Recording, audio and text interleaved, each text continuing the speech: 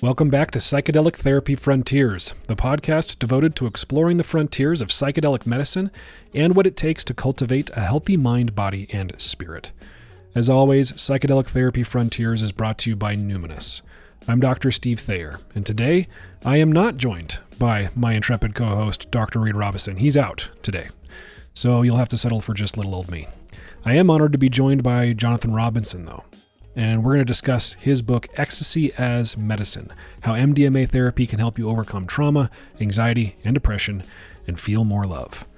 Jonathan is a psychotherapist and author of several best-selling books. His work has appeared in Newsweek, USA Today, Los Angeles Times, as well as dozens of other publications. Jonathan has even made numerous appearances on The Oprah Show and on CNN. He is also the host of a popular podcast called Awareness Explorers. Jonathan and I discuss what he's learned from facilitating over 700 MDMA therapy sessions since the 80s. We talk about why MDMA seems to be so effective, how his approach differs from the one used in the MAPS MDMA therapy protocols, the pros and cons of doing these sessions over Zoom versus in person, how MDMA can be used in couples work, how to get the most out of a therapeutic MDMA session, the potential legal ramifications of doing this work right now at the beginning of 2024, and much, much more. Couple of announcements before we get into the episode. If you're looking for professional training pursuant to becoming a psychedelic-assisted practitioner, check out the courses we offer here at Numinous. You can click on the link in the show notes or go directly to numinous.com/hour-training-selection and use the code PTF10 for 10% off selected trainings. You hear Reed and I talk a lot about the psychedelic clinical trial work that Numinous does. If you or someone you know is interested in being a participant in a psychedelic clinical trial, you can click on the link in the show notes or go directly to numinous.com/research to learn more about the trials we're currently running. As always, if you'd like to support the show, you can do so by sharing the episode with somebody you think might like to listen to it. You can leave us a review in places like Apple Podcasts or Spotify. If you're watching on YouTube, you can subscribe to the channel, like the video, comment below. Without further ado, here is my interview with Jonathan Robinson.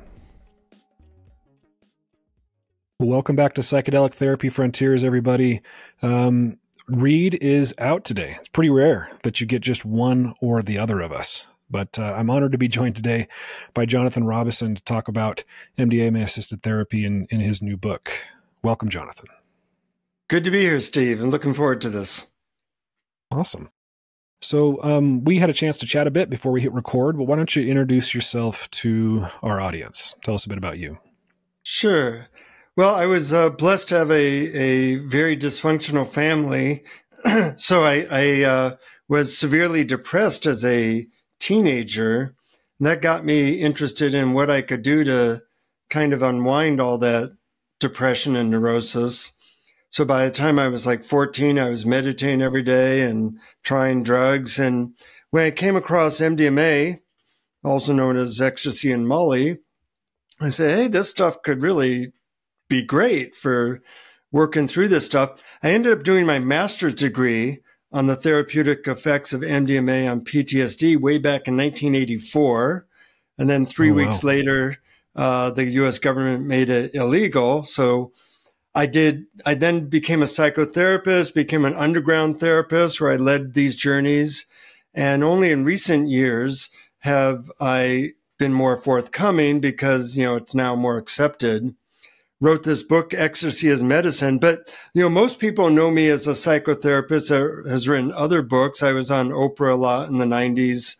And I have also focused a lot on spirituality and enlightenment. So part of my interest in ecstasy has been how to use it both therapeutically and as a spiritual growth tool, which I think has enormous potential for. And I'm just trying to get the word out as to all the different ways you can use this sacred medicine. There's so much that we could dive into there, but I'd love to start where you started, Jonathan. A lot of us, myself included, who find our way to the helping professions started with our own suffering. That our own suffering prompted curiosities and a desire to feel better, a desire to figure ourselves out. I'm curious what it was like for you when you first experienced MDMA. And I guess, had you experienced other, like, more classic psychedelics before you tried MDMA?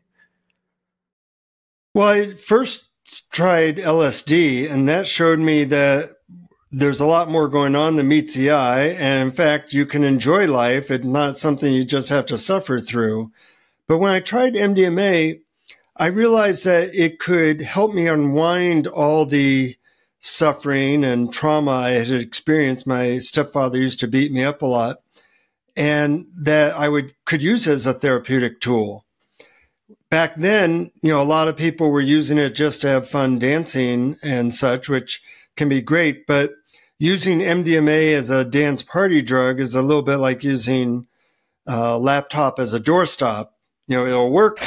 A laptop will work as a doorstop, and MDMA will work as a dance party drug, but there's better uses for MDMA than as a dance party drug, just like there's better uses for a laptop than a doorstop. So I really started using it on myself. I started using it with clients. I used it in my master's thesis, and I saw that I could develop a protocol that in one day would lead to maybe 2 years of therapy outcomes. And I both used it for myself to actually get back to that state of openness and love very quickly. And, it used to take me several hours of meditation to feel like I was on MDMA, but now it only takes about 30 seconds and I can find my way back to that peace and love. Yeah, sometimes we talk about psychedelics generally, or maybe MDMA specifically, as way showers, right? They can kind of show you the way to a state that is otherwise very difficult for you to experience. And I've heard that from people where, like you described, they might have had a hard time experiencing self-love or self-compassion or that observer state that one experiences in mindfulness meditation. And then after a psychedelic experience, it's like, oh, I've been kind of shown the path. I didn't get to set up shop there or create a home there, but at least I can find my way back a little easier. Yeah. And one of the things I do with the clients I work with, and something that's unusual, is that when COVID hit, I started to do these sessions over Zoom. And to my surprise and everybody else's surprise, they actually worked better over Zoom than in person. And that created a lot more convenience and a lot bigger audience. But what I found is that once people have a forevision of what's possible, if I ask them certain questions about how they are experiencing this open state, they can kind of create a breadcrumb trail back to that experience of opening and love and peace much more easily. It doesn't take years of meditation. It takes just a certain amount of detail as to how their brain creates that state without the medicine. And that's been really valuable because, I've been known as a guy who writes spiritual books and help people towards deeper peace. So the fact that I could do that with this medicine was really very heartwarming to me. Yeah. You mentioned, so we're kind of talking about how profound the changes can be and how rapidly the changes can occur. You mentioned sort of it being like 2 years of therapy in one session. You hear that said about other psychedelics. People will say it's like 10 years of therapy in a day. And what do you think it is about the MDMA experience that allows for such rapid change? As a psychotherapist, you often spend a lot of time creating safety and trust so you can get to the real deep issues.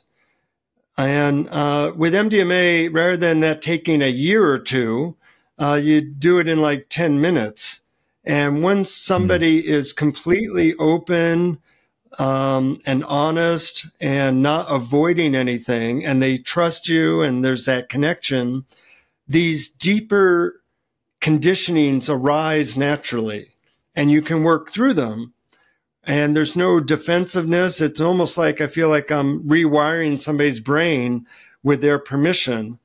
Whereas normally people have a lot of subtle defenses that keep them from seeing things accurately or keep them from knowing what would actually help to change their conditioning or their trauma. So this makes me think of a point that you make in the book about how your approach is a bit different than what we see in the MAPS trials of MDMA-assisted therapy for PTSD. You know, there you mentioned that when the defenses are relaxed, there's something that we get access to that's harder to do when the defenses are up in arms. MAPS is sort of a non-directive approach that you know, at least for any of our listeners who aren't aware, you want to just describe maybe some of the differences between the MAPS protocol and the way you approach this work? Yeah, it's a pretty significant difference. First, the MAPS protocol is largely to give somebody a blindfold, have them put on the blindfold, and then listen to music and see what shows up for them. And the therapist writes down notes, maybe occasionally asking questions or some support, but it's not really a therapeutic talking process. It's more of a, let's see what comes up when you listen to music process. And the reason they did that was they were trying to get FDA approval. And the FDA is called the Food and Drug Administration. It's not called the Food and Therapy Administration. So they wanted to see if just giving people a pill would cure them of PTSD, even without doing the therapy during the session. And the results were, yes, it actually works. Now, that was mostly to get FDA approval, though. In the 1970s, therapists were using this more as a talk therapy enhancer, and they were getting outlandish results. And I was as well with my clients when I did my master's thesis. So I continued to do it that way. You know, I wasn't aware of this blindfold and music protocol. So I developed a way of actually doing talk therapy. And I use a lot of methods, internal family systems, prolonged exposure, EMDR. Everything works better with MDMA on it, you know? So it was a real sense that, wow, this is fantastic for therapy.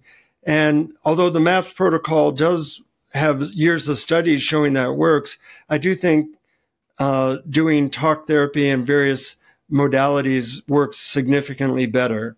I just don't have the millions of dollars and 20 years to prove it yet. Yeah, I mean, that's one of the things I'm excited about for future research, because like you say, a lot of these early psychedelic clinical trials have to be very, very stark, I guess, because they're trying to show organizations like the FDA that the medicine is safe and that it can be effective. But I've always been curious, like we do with ketamine, since it's, you know, where you can use it off label and get creative with it, what psychedelics and MDMA could do when combined with these more active therapeutic approaches like the ones you described. Yeah.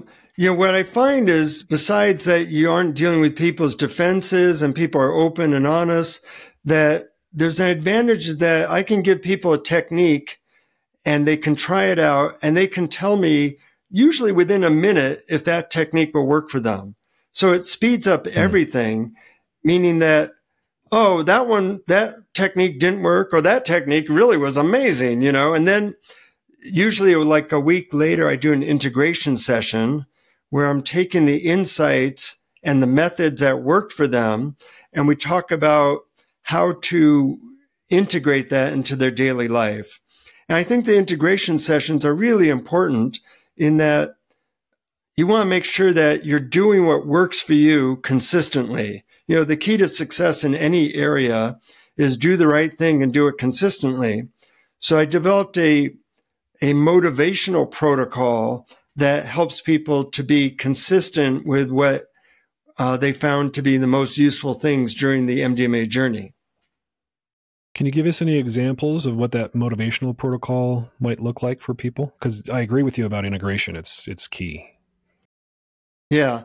Well, I have a couple chapters in Ecstasy as Medicine where I go into some depth, but just one example of one of the techniques is, let's say you decide that you want to do a certain type of meditation for 10 minutes a day, that becomes, you realize like that would be really useful if I did that technique. Well, a lot of people have a hard time sticking with that, but I say, okay, make a contract with me and you that says that you will do this type of meditation for at least 10 minutes a day. And every day that you don't do that, rip up $1. Well, people hate ripping up $1. So that gets them to do that meditation every single day. You know, maybe one day a month they miss it. But that $1 of ripped up money got them to meditate every day for the month, except for one day. And those types of little, I don't know, call them techniques, can be incredibly helpful for making sure that people are consistent with what is useful. You know, everybody knows how to lose weight. You eat less or exercise more. But most people can't be consistent. And some of the motivational protocols I developed were really good at getting people to do what they know is going to help make their life better. And just for clarity's sake, is that something you would bring up in the medicine session, or do you only introduce those things in the integration session? I only introduce in the integration session. And we go over a lot of details. You know, if that technique doesn't work for them, I have others. But most people who are taking psychedelics or MDMA, they get a lot out of the session, but they don't really have a good system for taking their insights and putting it into daily life. And I think that that's just as important as the journey. So I spend a fair amount of time working with the clients, and in the Ecstasy as Medicine book, talking about that. And I also, you know, do a training where I train people, therapists, coaches, whatever, to do this type of work, because when it does get FDA approval, a lot of people are going to want this type of therapy, but they aren't going to want to pay the $14,000 that it's going to cost in clinics. You know, a lot of the people I train, they'll do it for $1,000, you know, and get just as good a results. So I'm training a lot of people in how to do this. And a large part of that training is how to keep people motivated to do the things that will really improve their life.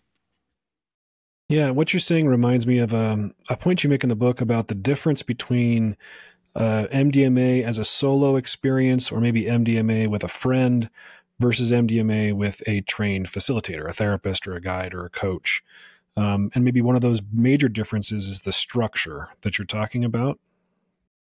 Yeah. Now, in the book, I do talk about how to do it on your own. But, you know, people who've taken this in raves or done it on their own are always very surprised at how different it is when you have a guide. You know, you can focus, you can go deep, where when you take it on your own, it's hard to go deep into some of your issues on your own. Even me, with all the experience I've had, I'll hire a guide who can help guide me in ways that are really effective. You know, in fact, many years ago, my wife and I were having difficulties in our marriage.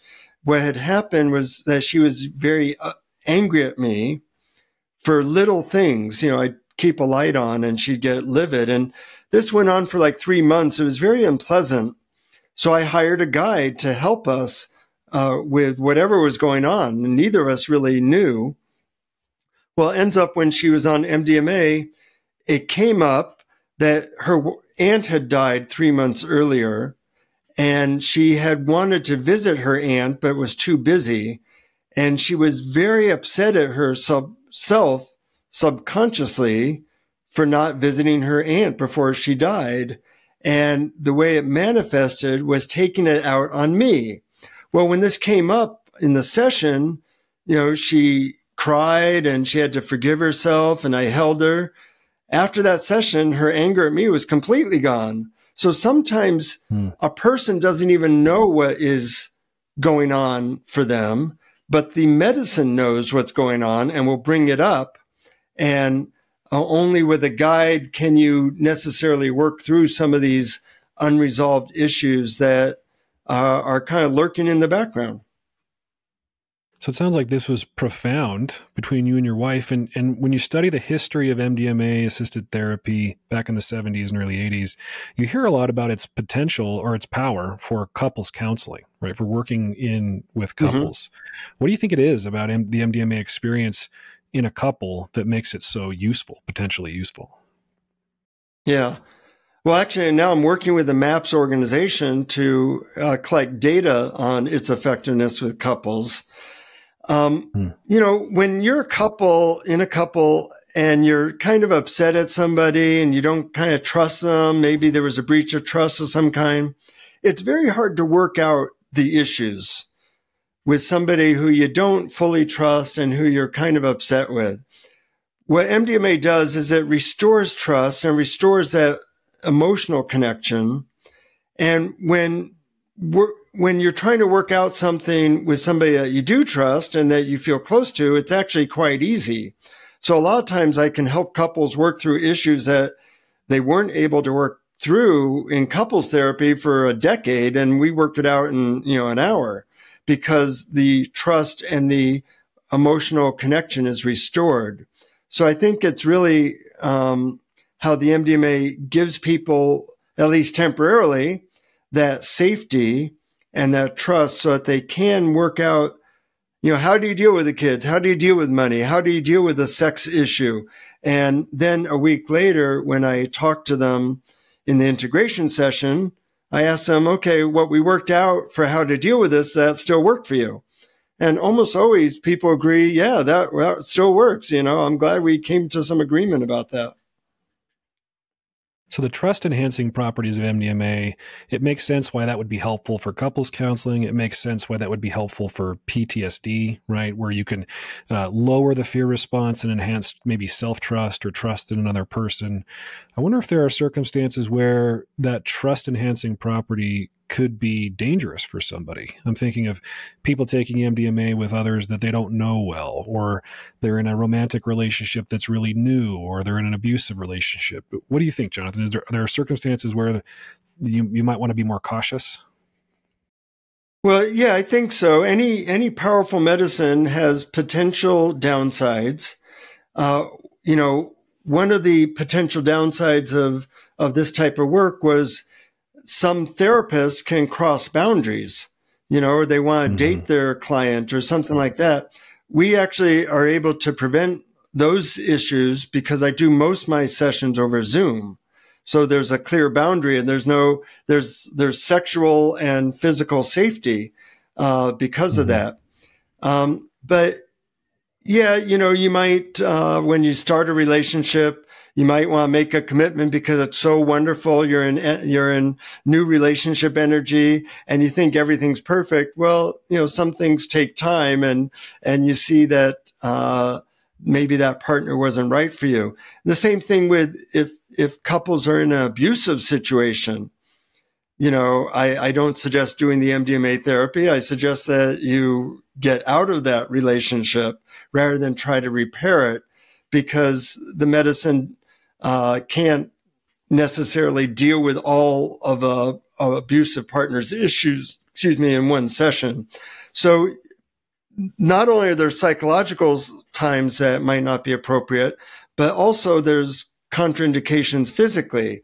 Like if somebody is taking SSRIs or antidepressant medicines, I have a whole chapter in the book, Ecstasy as Medicine, about all the contraindications to doing this type of therapy. And you want to be aware of those because if you mix certain drugs together, you don't get a good effect. Which you go into a little bit in the book, but maybe for just for our audience's benefit, could you talk about some of those contraindications?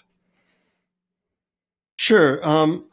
The most common ones are people are on antidepressants. If you're on antidepressants and you take MDMA, normally what happens is you don't feel the MDMA hardly at all because they both work through the same neural pathway. So in those cases, I have a whole thing in the book about how to wean yourself off and talk to your doctor and all kinds of specific information.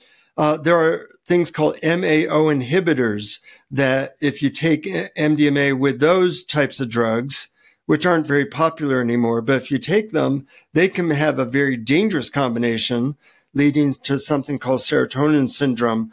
And there's other, people have all kinds of medicines now. The average American is on like 2 different medicines, and you have to know what the interactions are.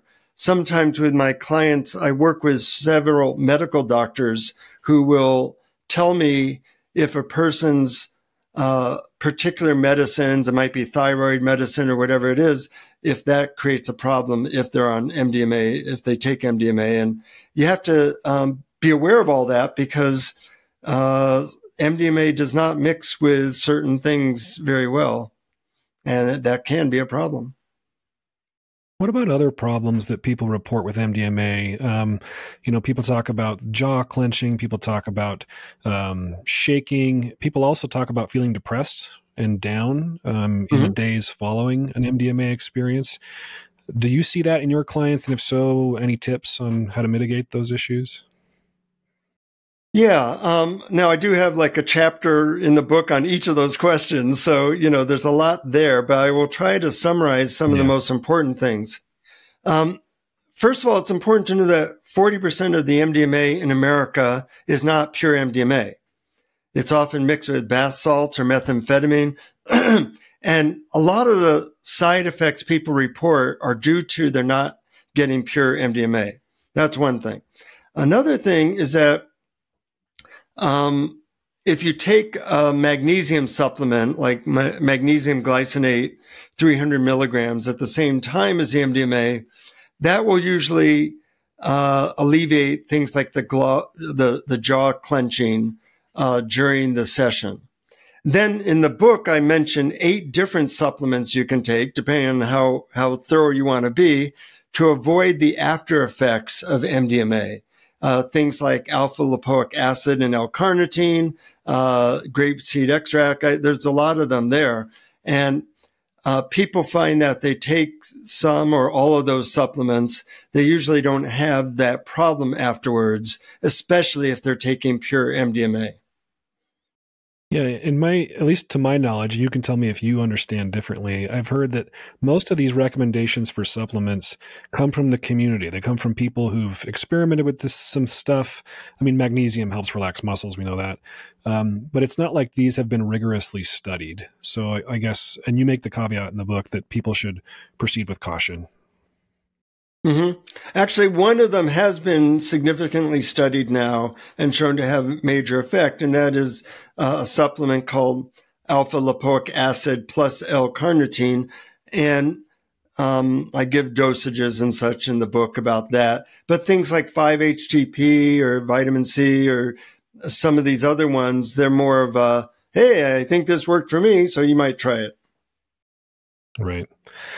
I bookmarked this in my mind. You mentioned the Zoom sessions a couple of times. I'm really curious about that. So, you mentioned a few reasons why you think it's actually even like better than in-person sessions. Are there reasons why you would want to have an in-person session versus a Zoom session and vice versa? Yeah, there are certain situations if I'm really afraid of, if people have had extremely difficult MDMA, which is almost never unheard of, but more psychedelic sessions, I might want to have them be in person in case they have a difficulty. When I do the sessions over Zoom, I usually have them have a friend nearby, either in their house or within a 15-minute drive, just in case there's a problem. Of the 700 sessions that I've done, that has never been a problem, but it's an added layer of safety.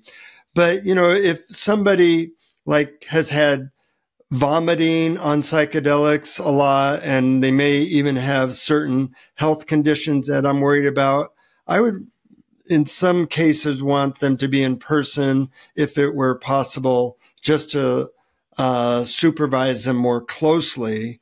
And, but, that's so rare nowadays that I'd say it only happens in 1 out of 50 people that I'm working with.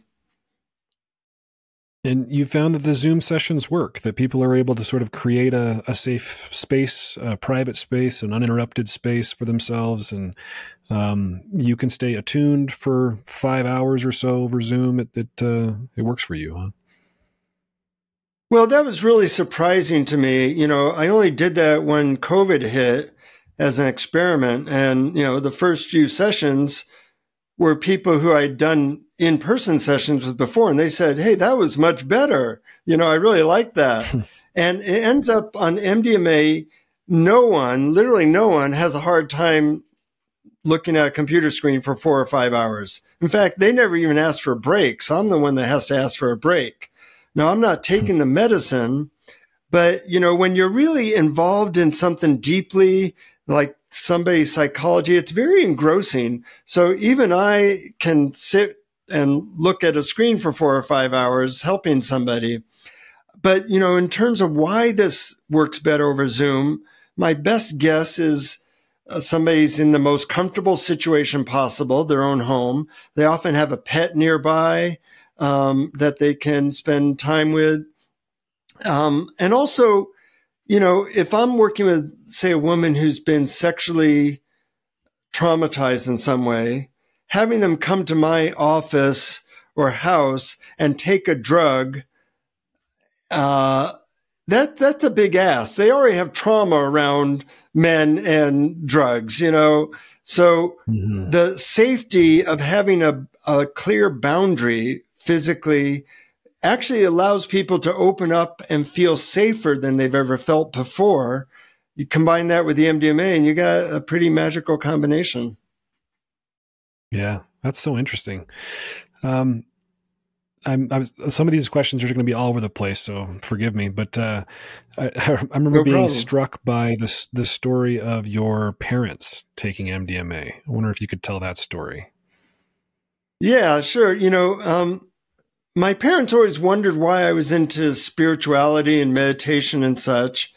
And I said, well, you know, it's kind of hard to describe. I'm looking for a certain experience in life. And they said, well, how can we have that experience? So I told them, well, you know, there's a drug called MDMA that kind of mimics the experience I'm looking for. And they, to my surprise, they said, can we try it? So I said, well, yeah, okay. And I got them some medicine and told them how to set up a good set and setting and said, you know, take it sometime in the next few months. Well, a year later, I asked them if they ever took the drug, and they said, oh, yeah, we took a couple months back. And so I said, well, how was it? And to my surprise, they said, well, it didn't really have any effect. And that surprised me. I gave them a hefty dose. So I said, well, what'd you do that night? And they said, well, you know, we took the drug and we waited like 10 or 15 minutes. Well, it ends up it takes about 45 minutes for the drug to take effect. So, you know, they said that they waited 10 or 15 minutes and nothing happened. So we had the rest of the night, you know, nothing planned. So we sat on the couch. And then, you know, we ended up talking about how much we loved each other and how wonderful our lives were. And we worked out a couple of issues that we'd been dealing with. And then we cuddled on the couch for hours. It ended up being the best night of our 40-year marriage. It was wonderful. The only disappointment was the drug never took effect. And I'm laughing at this point. You know, I'm thinking they just had no clue that that was the drug. And I said, when was the last time you sat on the couch, talked about how much you love each other and worked out stuff? They said, oh, that never happened before. It was just a great coincidence that we had set aside all that time and that could happen. But, you know, at low or even medium doses, MDMA doesn't so much feel like a drug as it feels like you at your most open and best. And I think that's a real plus, you know, that doesn't feel like a whole otherworldly thing. It seems like, gee, maybe I've been on a bad drug my whole life, and this was the first time I was actually feeling normal. I love the way you say that for some people on MDMA, it's feeling like their best self, right? It's coming home to their unburdened self. And that perhaps that's one of the things that sets it apart from other psychedelics. I wonder if you have any other thoughts about how MDMA-assisted therapy might be different from maybe psilocybin or LSD-assisted therapy. Yeah, I do have a chapter devoted to that in the book. And, think of it that if you're trying to fix your car, you need different tools. You might need a hammer, you might need a screwdriver, you might need a thing for the pistons, whatever. And MDMA is really great for therapy and helping you open up your heart. It's great for relationships, and it's great for learning what peace is like. Whereas LSD is more like opening you up to how you're missing a lot of the stimulation of the world and you're missing different dimensions. It's more suitable for, say, psilocybin is more suitable for overcoming depression. Things like ketamine is really great for depression as well. So, you want to get the right tool to the right person for what they're looking to experience. But I find MDMA is a little bit like a Swiss Army knife. It does a lot of things really well. It's known for PTSD, but that's just because that's where the trials were focused. New trials have shown that it's really good for addiction, and it's really good for curing loneliness, and can be quite effective for depression as well. So I think LSD and psilocybin are more suitable for opening a person to an expanded spiritual dimension and dealing with depression, whereas MDMA does a lot of things well, especially trauma work. Yeah. You mentioned spirituality, and that's, it was a focus of yours earlier in life and continues to be a focus of yours. I wonder how you define spirituality and how, if you do, how you use MDMA as a tool for spiritual seekers. Yeah, people define that really differently. And I have a very simple definition. Anything that helps you to experience more love, inner peace, or joy, or makes you a more giving person. So those are my 4 targets, so to speak. And I find that MDMA is amazing at helping people to do that. I do something called love training, which is once people are in touch with that experience, I ask them a lot of questions about what they're experiencing in their body, their mind, any phrases that go along with it, any energetic movements that help, so that they can experience that more easily without the medicine later. And that's been a real boon to a lot of my clients. In the training that I do for coaches and therapists, people can learn about that at mdmatraining.net. I go into a lot of depth about how, we're all looking for love and inner peace. We just have different ways of doing it. And people have unique ways of experiencing that.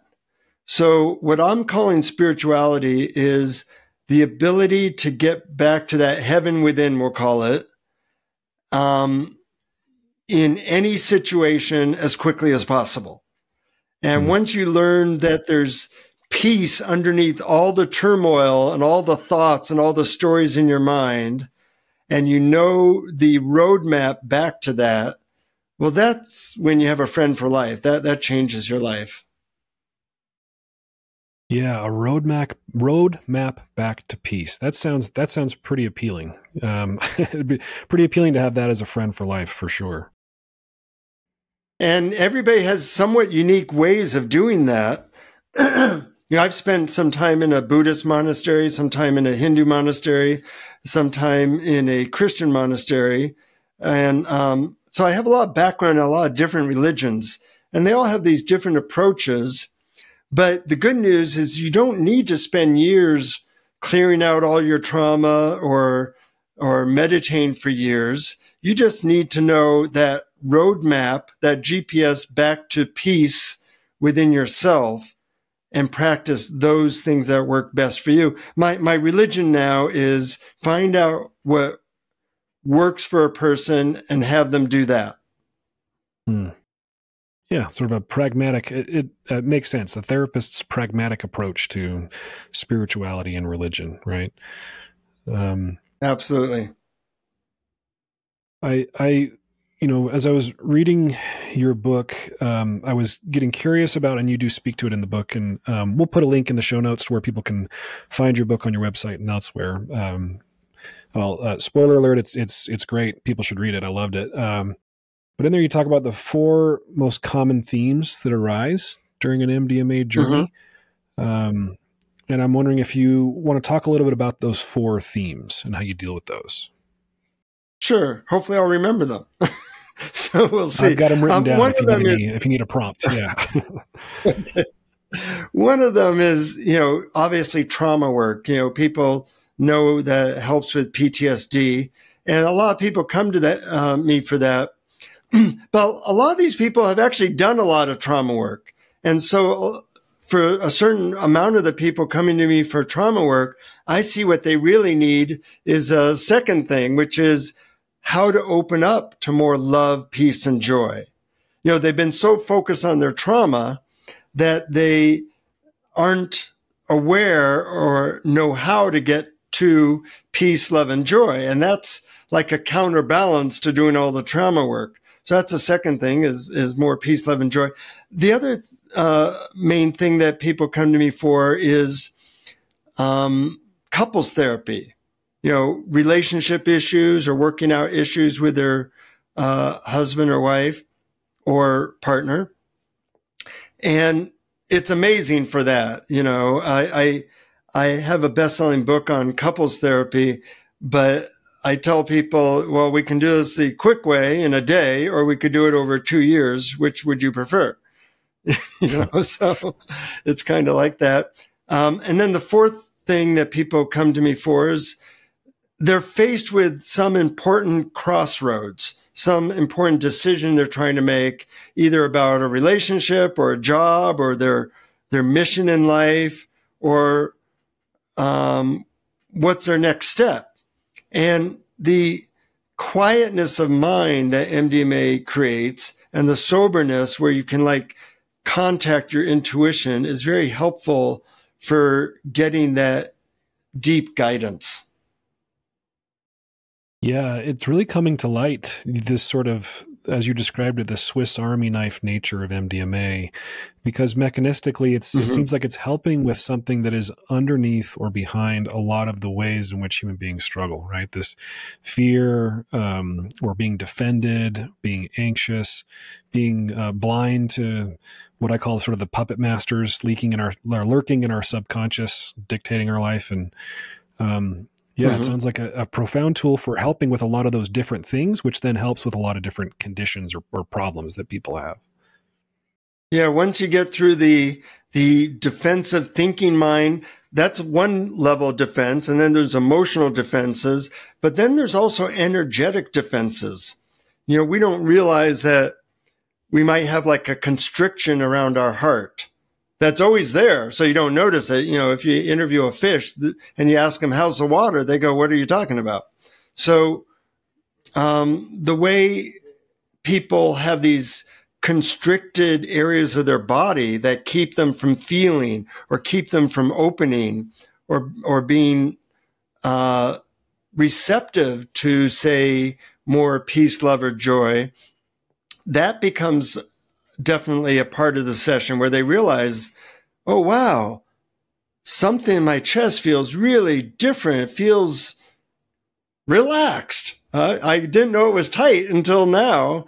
And now I can see that was really being held in and protecting me from maybe even a certain memory of when somebody broke up with them or something like that. So we work on releasing these muscle and more subtle energetic things.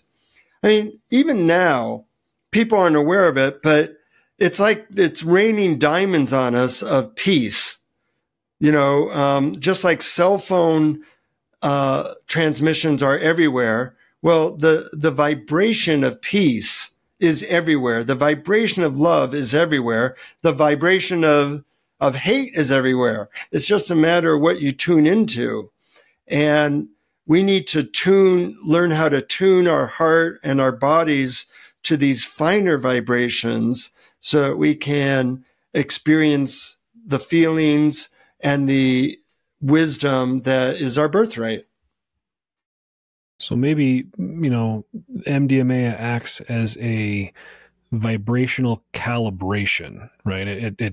If we're going to sort of take this vibration idea literally, that it shifts the frequency of your energy so that it's easier for you to be more in tune with love or peace. Would you agree with that? Yeah, you find that vibration, that frequency, it gets it easier. Every time you do it, you get easier at knowing where that is in yourself, how to get there.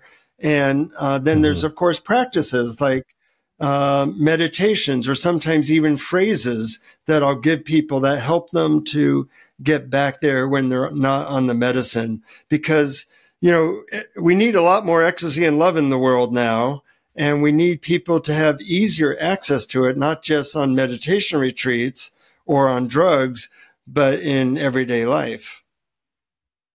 Right. And I guess that's the point, right? The point is not to have somebody be on MDMA all the time. It's to use MDMA as a tool to show them where they can get back to in everyday waking life. And then it sounds like in integration, you give them some strategies to help cultivate that skill of getting back to that place.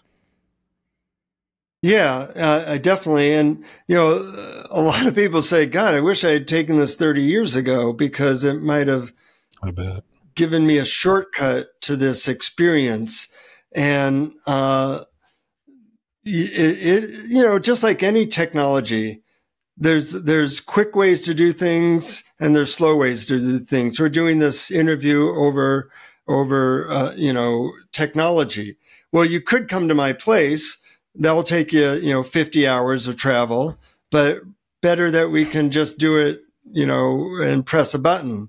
And I think as the world has gotten more complex, we have these now sacred medicines that can show us back to the simplicity of just caring for each other.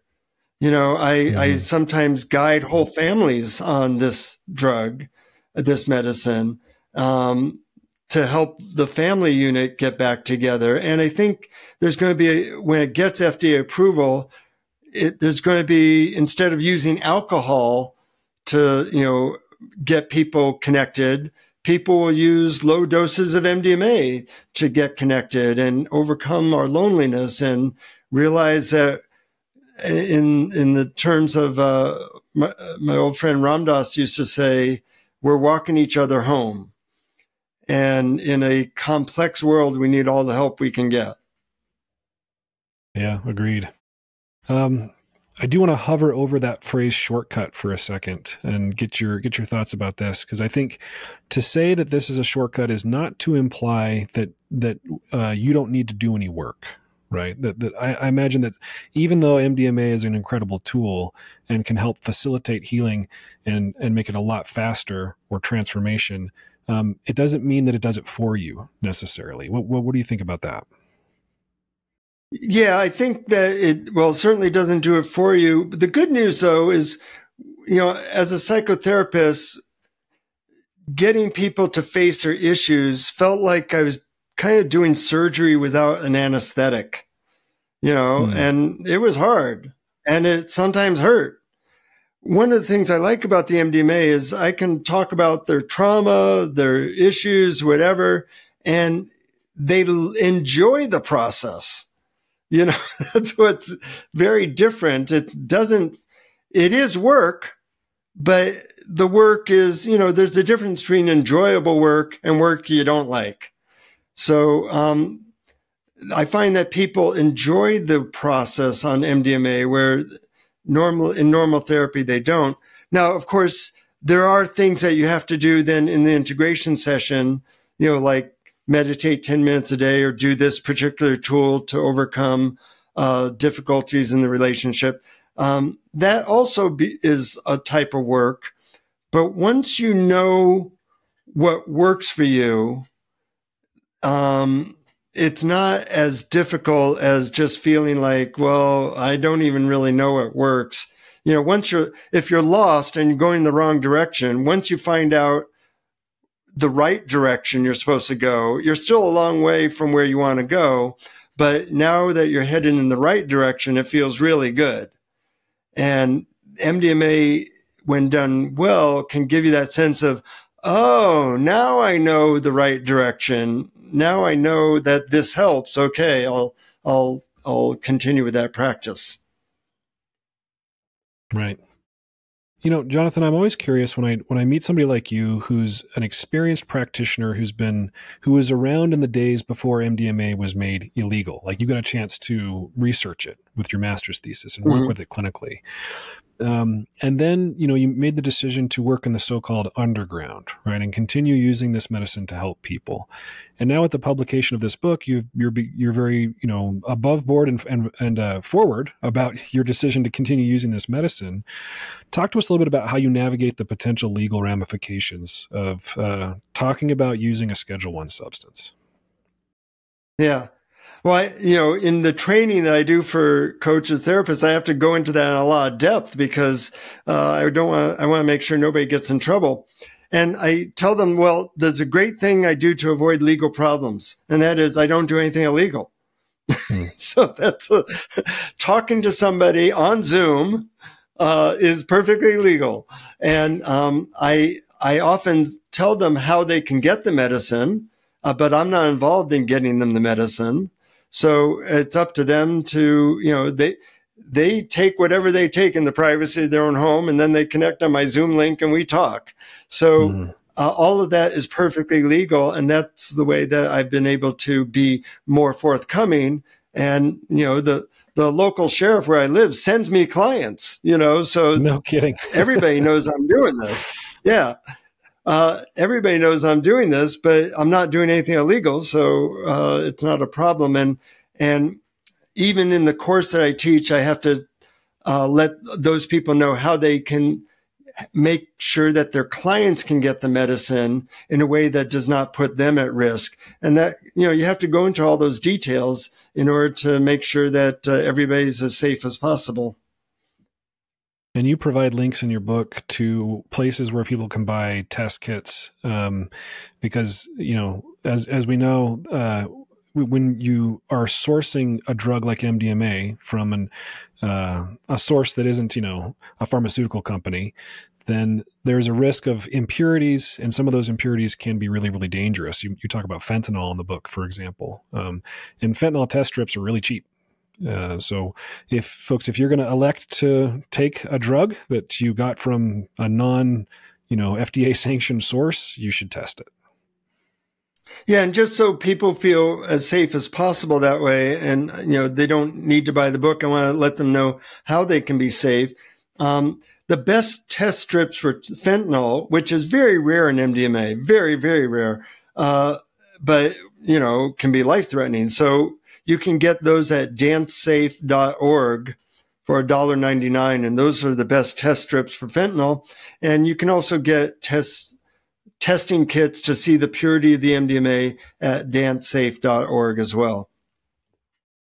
Yeah, we have mentioned DanceSafe before on the show. They're a great organization, a great advocacy group for harm reduction and safe substance use. Jonathan, we're just about at the end of our hour, and I was wondering if there's anything else you would tell somebody who's interested in becoming an MDMA-assisted facilitator, therapist, coach, in your experience as a teacher and trainer. What might be useful for them to know if they're pretty naive? Maybe they're experienced therapists, but they're just sort of interested in using this powerful tool. Anything in addition to what we've already talked about? Well, to do it well, you can do it sloppily, in which case it can get dangerous, or you can do it well in terms of having information. Certainly the book is helpful along that line. But I suggest that people enter a program. There's several programs now. mine is probably the most popular currently because it's 10 times cheaper than the others. And they can go to mdmatraining.net to find out about that. But there's a surprising amount of stuff to know about, including what to do when any difficult situation arises. You know, our first responsibility is harm reduction, and you have to make sure that everything is taken care of so you're not putting, you know, first law of medicine is do no harm. Then, of course, there's a lot of modalities that work ridiculously well on MDMA that are a little bit clunky otherwise, like, you know, internal family systems or prolonged exposure or EMDR. I go into a lot of these methods in the program I teach because even if you have a little bit of background with them not on MDMA, when you're using them on MDMA, it's a little bit different how you use them. Yeah, you mentioned IFS before. We had Dick Schwartz on the podcast months ago, and we talked to him a little bit about combining IFS with psychedelics.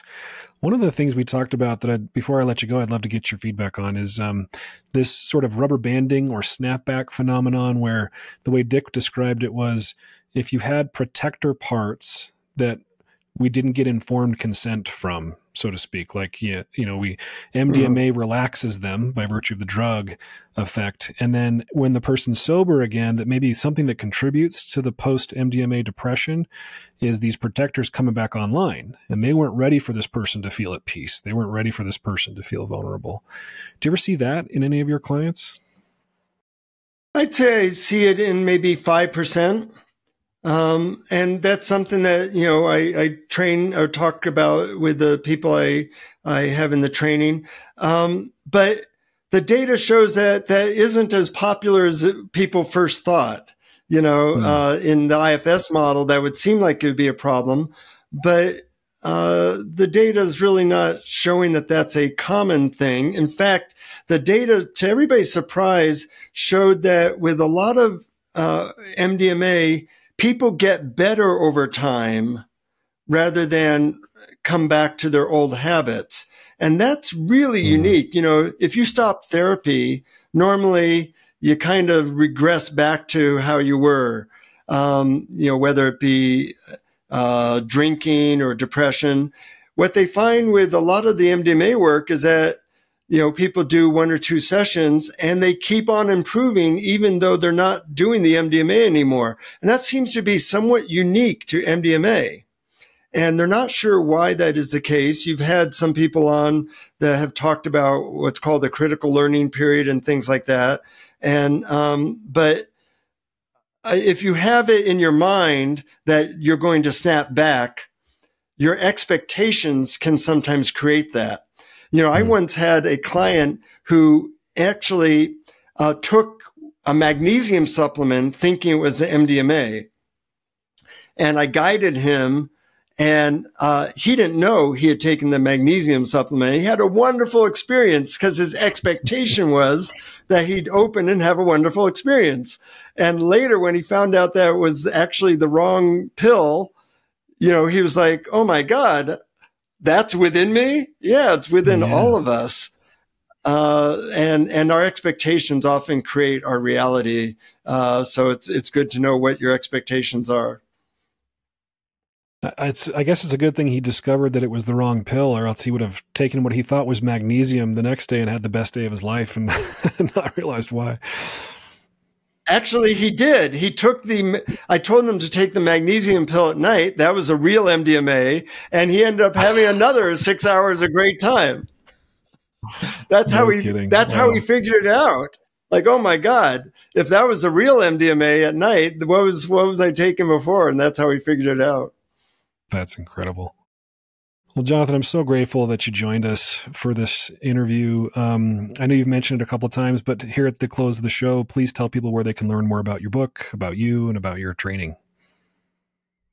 Well, if they go to xtcasmedicine.com, they can learn about the book, and they can also get a lot of free information I do about how to avoid psychedelic trips, how to enhance them. That's all free on that website. And they can also contact me.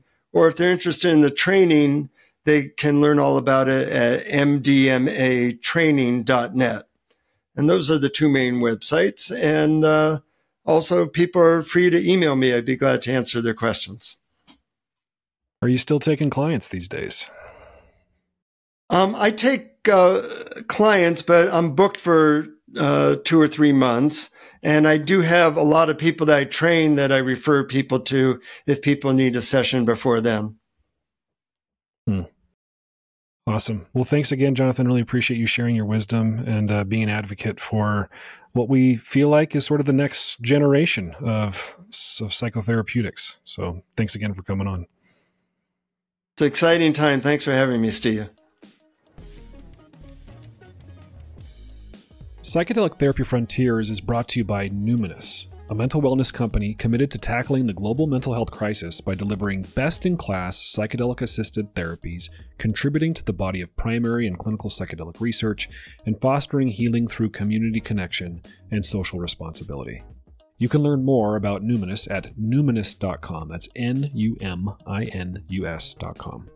If you enjoyed the show today and you want to support us, here's how you do it.